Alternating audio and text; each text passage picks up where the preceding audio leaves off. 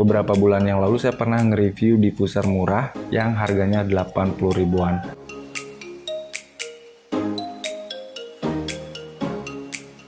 Nah, pada video kali ini setelah kurang lebih 6 bulan pemakaian, saya akan share kondisi diffusernya. Yang jelas masih berfungsi sampai sekarang, walaupun ada masalah sedikit. Saya mau share juga cara membersihkan diffusernya dan cara mengganti kapas filternya.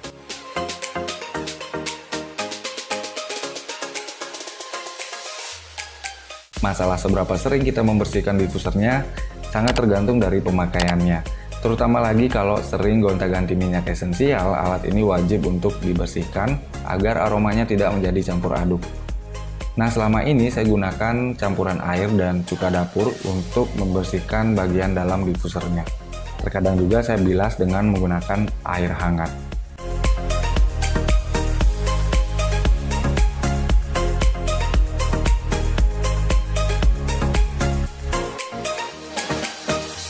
Oh no. Dan perlu diketahui diffuser ini memakai kapas filter yang letaknya di bagian sini. Saya akan tunjukkan. Dan kapas filter ini bisa diganti kalau misalnya sudah terlalu kotor atau warnanya menjadi coklat pekat. Terus terang sampai saat ini pun saya belum pernah mengganti kapas filternya.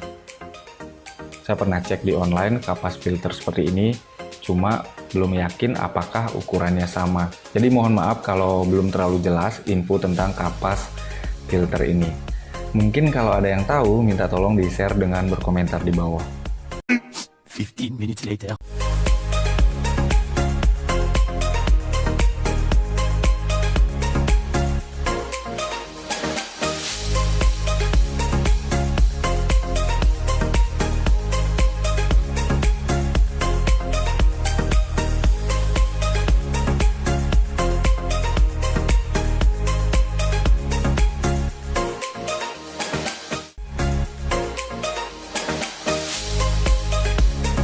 Nah, seperti yang sudah saya infokan sebelumnya, diffusernya masih berfungsi walaupun ada masalah sedikit. Dan ini yang akan saya tunjukkan.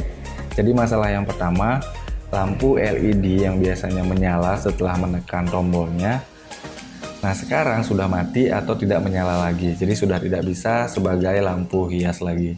Solusinya pun saya belum tahu. Dan masalah yang kedua, uap yang keluar sesekali menjadi lebih sedikit atau mengecil dengan sendirinya, seperti yang terlihat.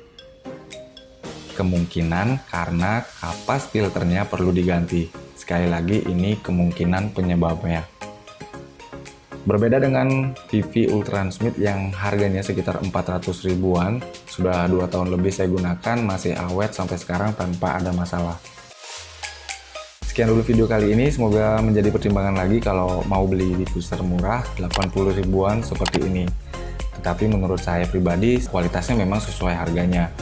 Terima kasih banyak sudah nonton video ini, sampai jumpa di video selanjutnya.